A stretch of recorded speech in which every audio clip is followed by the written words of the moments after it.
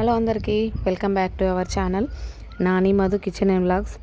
ఈరోజు అయితే మనం పెసరపప్పుతో బియ్యంతోనైతే ఇడ్లీ అయితే రెడీ చేసుకోబోతున్నాం. మామూలు బియ్యం పప్పుతోనైతే దోశలు అయితే వేసుకుంటున్నాం. అలా కాకుండా ఈరోజు అయితే కొద్దిగా స్పైసీగానైతే ఇడ్లీలు అయితే రెడీ చేసుకుందాం. ఫస్ట్ అయితే మనం నానబెట్టుకున్న పప్పు బియ్యం అయితే మిక్సీ జార్లోకి తీసుకొని కొద్దిగా వాటర్ యాడ్ చేసుకోవాలి. బాగా పలుచగా కావద్దు. ఇందులోనే 4 పచ్చిమిర్చీలు, అలాగే 4 అల్లం వెల్లుల్లి రెబ్బలు అండ్ ఒక ఉల్లిపాయ కట్ చేసుకొని అయితే పెట్టుకోవాలి. మన కారం తగ్గట్టు అయితే వేసుకోవాలి. ఇక కొద్దిగా కావాలనుకుంటే కొద్దిగా పొడి కారం కూడా వేసుకొని కొత్తిమీర మెంతి వేసుకోవాలి. కొద్దిగా జీలకర్ర పౌడర్ లేకుంటే జీలకర్ర విడిగానే వేసుకోవచ్చు.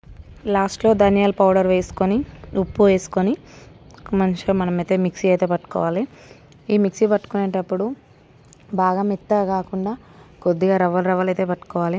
ఎందుకంటే మనం బియ్యంతో డైరెక్ట్గా మిక్సీ పడుతున్నాం కాబట్టి మెత్తగానైతే వేసుకోవద్దు. రవ్వకి బదులుగా బియ్యాన్ని వాడుతున్నాం కాబట్టి మెత్తగా పట్టుకోకుండా రవ్వలాగా పట్టుకొని పక్కకైతే పెట్టుకోవాలి.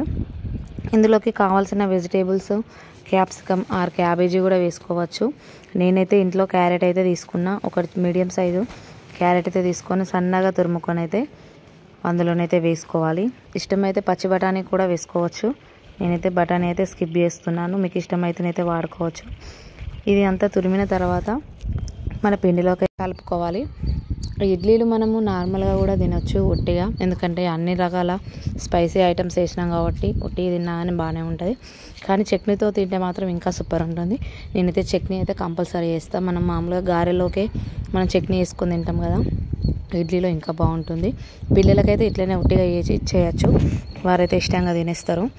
ఇప్పుడైతే మనం ఇందులో కలిపేసుకున్న తర్వాత ఇప్పుడు మనం ఇడ్లీ పాత్రకు అయితే అన్నిటికైతే కొద్దిగా ఎక్కువ ఆయిల్ వేసుకోవాలి. ఎందుకంటే మనం కారం కలిపినాం కాబట్టి ఉట్టి తిన్నా బాగుండాలంటే మామూలు ఇడ్లీలకు వేసిన దానికంటే కొద్దిగా ఎక్కువ ఆయిల్ అయితే రాసుకోవాలి. మంచిగా అన్ని పాత్రలకి అప్లై చేసిన తర్వాత మనమైతే పిండిలో అయితే నేను చెప్పడం మర్చిపోయా, కొద్దిగా సోడాని అయితే వేసుకోవాలి. మంచిగా పొంగి మంచిగా మెత్తగా అవుతాయి. వేసుకున్న తర్వాత ఒక్కొక్క దాంట్లో మంచిగా అన్నీ అయితే నింపేసుకోవాలి.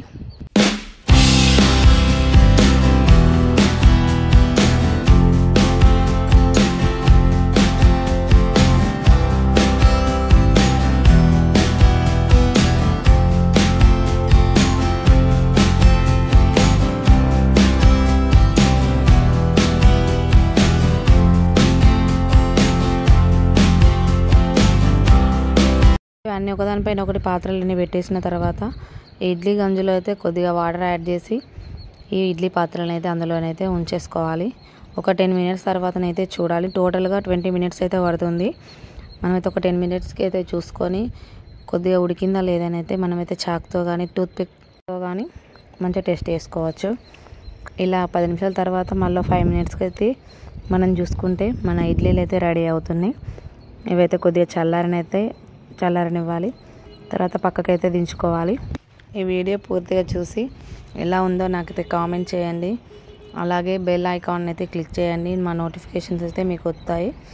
మీరు లైక్ చేస్తే నాకు కొద్దిగా సపోర్ట్గా ఉంటుంది.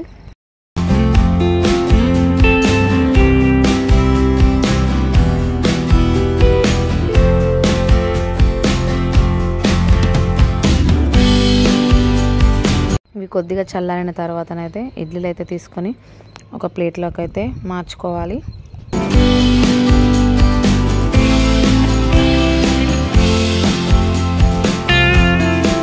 నేనైతే ఇడ్లీలోకి పచ్చడి అయితే టమాటా పల్లీలు అన్నీ కలిపి వేసిన, విడివిడిగానైతే వేయలేదు. ఈరోజు వీడియో ఇంతే. ఈ వీడియో నచ్చినట్లయితే లైక్ చేయండి, షేర్ చేయండి, కామెంట్ చేయండి. అలాగే ఛానల్ని సబ్స్క్రైబ్ చేయడం మాత్రం మర్చిపోకండి. అందరికీ బాయ్.